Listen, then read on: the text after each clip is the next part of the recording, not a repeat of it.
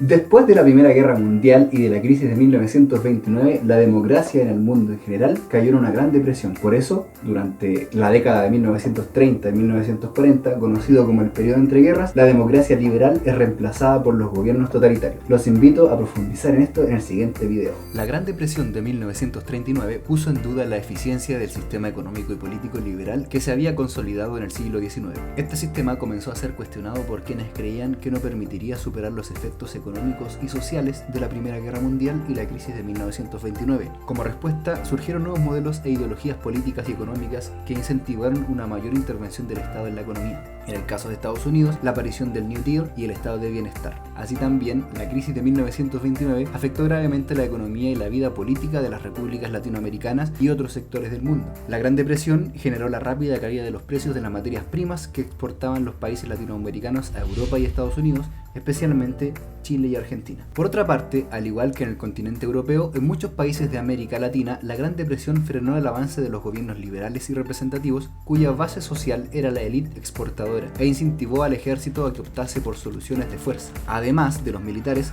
los sectores medios y populares también comenzaron a manifestarse contra los gobiernos oligárquicos, que a su parecer eran incapaces de enfrentar la crisis. En este contexto, el populismo emergió como propuesta que permitía satisfacer las necesidades populares, por lo que en su discurso los gobernantes populistas buscaban legitimar su poder apelando a distintas organizaciones de masas. Los problemas económicos, políticos y sociales del periodo de entreguerras provocaron la crisis y el desprestigio de la democracia liberal, que fue reemplazada por totalitarismos. Después de la Primera Guerra Mundial, la mayoría de los estados europeos tenían un sistema democrático, pero los efectos de la crisis de 1929 generaron un ambiente de inestabilidad. Se redujeron los capitales estadounidenses para la recuperación de la guerra, creció el desempleo y aumentaron las críticas al liberalismo político y económico. Y también el incremento de la polarización política. Por un lado, trabajadores, activistas políticos y algunos intelectuales acusaban al capitalismo por la crisis y predicaban la revolución socialista. Los totalitarismos fueron regímenes dictatoriales que se distinguieron por los siguientes aspectos. Se aspiraba a controlar todos los aspectos de un estado y de la vida de sus habitantes, concentrando los poderes en una persona o un partido. La vida privada y las relaciones sociales estaban controladas por el gobierno y la rutina diaria era estrictamente vigilada, así como la prensa, la cultura y la educación. El uso de la fuerza se utilizaba para perseguir a quienes se consideraban como criminales o enemigos de la nación. Se distinguieron tres totalitarismos importantes durante este periodo. El primero, el fascismo italiano. A pesar de que Italia estuvo en el bando vencedor en la Primera Guerra Mundial, el país quedó con muchas deudas, altos niveles de desempleo e inflación, y los aliados no le adjudicaron los territorios a los que aspiraban. En este contexto, Benito Mussolini creó los Fascios Italianos del Combate, un grupo paramilitar conocido como los Camisas Negras. Esta agrupación en un principio fue minoritaria, pero a partir de la década de 1920 y con el aumento de las olas de las huelgas lideradas por los sindicatos y partidos de izquierda, los Camisas Negras reprimieron con violencia a estos grupos y comenzaron a ganar la aprobación de sectores que temían el avance del comunismo. En 1921, el movimiento fascista formó un partido nacional fascista y un año más tarde Mussolini organizó la marcha sobre Roma para tomar el poder por la fuerza. Desde entonces, los partidos opositores empezaron a verse arrinconados por las formas de presión de los fascistas, hasta que en 1925 Mussolini instauró una dictadura fascista que cerró el parlamento, disolvió los partidos y sindicatos y suprimió las libertades individuales. Algunas de las características de este fascismo italiano eran la ideología antidemocrática y totalitaria, el nacionalismo expansionista, la intervención del Estado en la economía, el adoctrinamiento y control social. Un segundo totalitarismo importante y muy conocido es el nazismo alemán. Con el fin de la Primera Guerra Mundial y la abdicación del emperador Guillermo en Alemania, se proclamó la República del Weimar. Esta tuvo que firmar el Tratado de Versalles y dejó un fuerte sentimiento de humillación en los alemanes, ya que además de la caótica situación económica tras el conflicto, tuvieron que pagar indemnizaciones de guerra y se les impusieron condiciones que dificultaban su recuperación. Además, la situación en Alemania se agravó con la crisis de 1929. El desempleo creció, lo que empobreció a las clases medias y populares. Este contexto fue aprovechado por el nazismo, que prometía a los alemanes la recuperación del orgullo y prosperidad económica.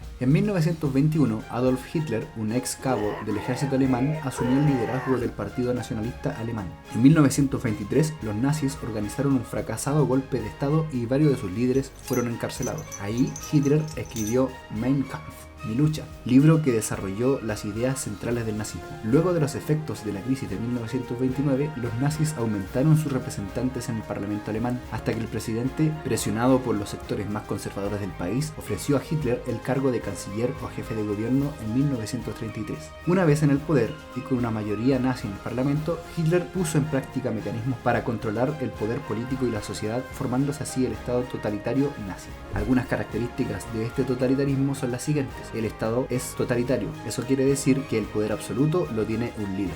La política nacionalista y expansionista, que se desarrolló a través del belicismo y el expansionismo territorial, principalmente luchando contra el comunismo. Y el adoctrinamiento y propaganda, que defendía el racismo y la idea de una superioridad étnica. Finalmente, un tercer ejemplo de un totalitarismo es el estalinismo soviético. Tras la revolución de 1917, en la que se dio término a la monarquía de los zares y con el triunfo de los bolcheviques, se instauró en Rusia un régimen comunista con Lenin a la cabeza. Sin embargo, tras la muerte de este, se dieron pugnas por la sucesión de la cúpula del partido entre León Trotsky y Losif Stalin, en la que venció este último. Así, el secretario general logró el dominio absoluto del Partido Comunista de la Unión Soviética y, a través de él, del Estado soviético. Las principales características del estalinismo son las siguientes: una dictadura de partido único, donde el Partido Comunista controlaba el Estado y la sociedad, un sistema económico centralizado, impulsando la industrialización del país y un programa de colectivización agraria y desarrollo industrial. También represión y eliminación de toda disidencia. Stalin acabó con cualquier opositor dentro y fuera del partido. También se envió a millones de personas a campos de trabajo forzados, conocidos como gulags. Y por último, un control y utilización de la propaganda, donde el culto a la personalidad del líder, quien era considerado infalible y gozaba de poder absoluto, se realizaba por medio de la propaganda. La tensión a nivel mundial se hizo cada vez más y más insostenible, hasta que finalmente explotó en la Segunda Guerra Mundial. Pero eso es tema de otro video. Si quieres tener información sobre otro tema en otro curso, puedes ver el video que te vamos a dejar acá. Y también recuerda suscribirte a este canal, activar la campanita para más información y dejar tus comentarios sobre alguna sugerencia de un video que quieras ver en un futuro.